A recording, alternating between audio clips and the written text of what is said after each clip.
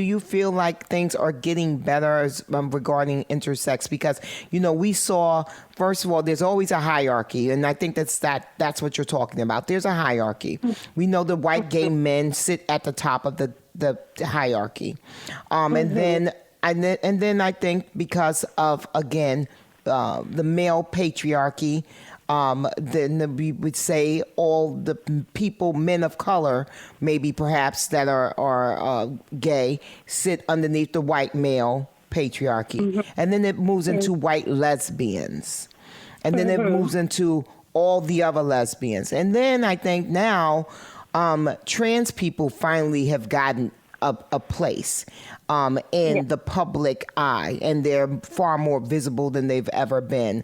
My girl Laverne Cox just being announced as the new host for the E-Red Carpet is huge for the trans community. And so many of the strides, Janet Mock, what she's been able to do as a trans woman as well in Hollywood. And, so many different people. But now we're getting all those things happening for trans women.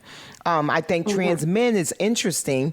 I think trans men are underneath trans women. And that's interesting because, with every other dynamic, the male kind of, it trumps everything else. But when it comes to the trans community, I think trans women are looked upon more favorably and have more access and more visibility than trans men.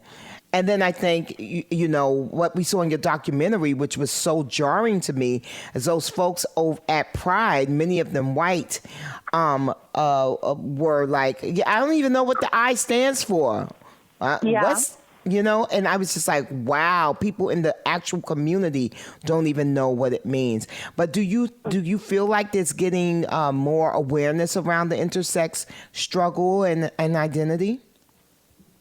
Not at all, Bevy. The only intersex stories that you will find that have been made famous is for white people or for people who pass white. And so we are not getting anywhere. And it's interesting, the names that you mentioned, even we look at the transgender community that are getting jobs and whatever, it's still the same names all over again. So that's when you see it's very difficult to have progression when we are just talking to the same people. I mean, I don't know if you heard what Miss Caitlyn Jenner was saying in the news recently, and you're thinking, how does this person even represent the transgender communities, especially for people of color? That is such a disgrace. So you just wonder, it's like, what's happening? Why are there these hierarchies? And also it's about power and color and race. And that is such a very difficult ground to break into, I have to say. And that's something that I fight each and every day, to try and break that ground and say we can all actually be very talented and we can be diverse. And we don't have to celebrate the same people all over again. I mean, kudos to those that are getting opportunities and working hard, and, as they should, as they deservingly so, they should.